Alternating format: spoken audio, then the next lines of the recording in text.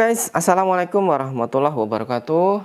Oke, seperti video di awal tadi, ini curhatan seorang mbak TKW yang dia mungkin punya temennya itu nikah sama orang Taiwan, yang mana dia menuliskan kejadian seperti ini.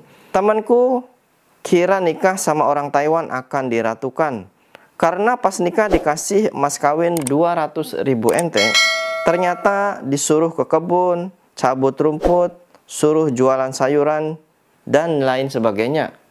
Nah, jadi ini bukan berarti menakut-nakuti untuk kalian menikah sama orang sipit. Namun emang banyak sekali kejadian yang seperti ini. Jadi kalau kalian nikah dengan orang Taiwan, biasanya pasti kalian itu menikahnya dengan orang-orang yang sudah lanjut usia.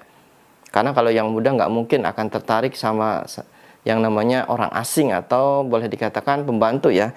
Jadi mereka biasanya untuk para akong-akong ataupun bujang-bujang tua di Taiwan itu, mereka tidak nikah karena biaya nikah di Taiwan itu sangat mahal.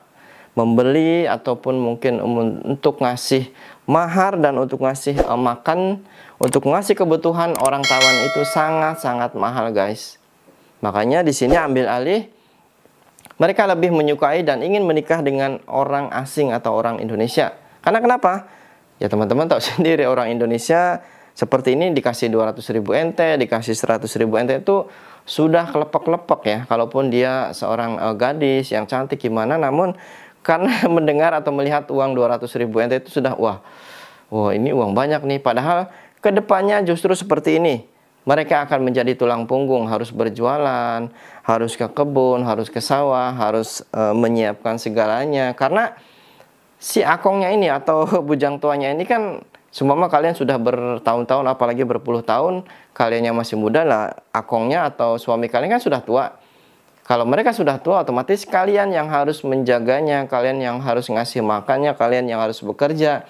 Ya itu emang fakta di lapangan seperti itu.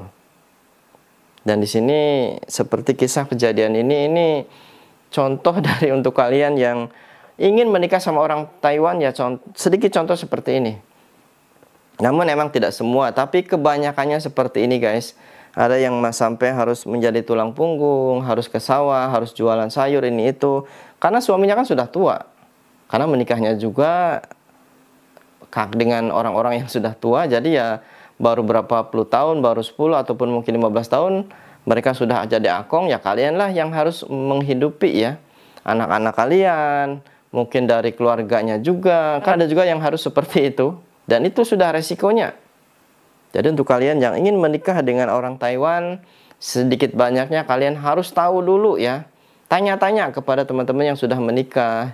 Jadi jangan nanyakan yang mungkin enaknya dulu, cari yang susahnya dulu. Karena kebanyakan sebenarnya banyak yang susahnya ya daripada yang diratukan ataupun mungkin dikasih kebahagiaan itu lebih sedikit menurut saya. Karena saya juga dulu banyak ya teman-teman yang curhat yang menikah dengan orang Taiwan itu justru sebaliknya itu sangat menderita ya. Bukan berarti menderita kekurangan ini itu, namun justru sangat capek gitu loh.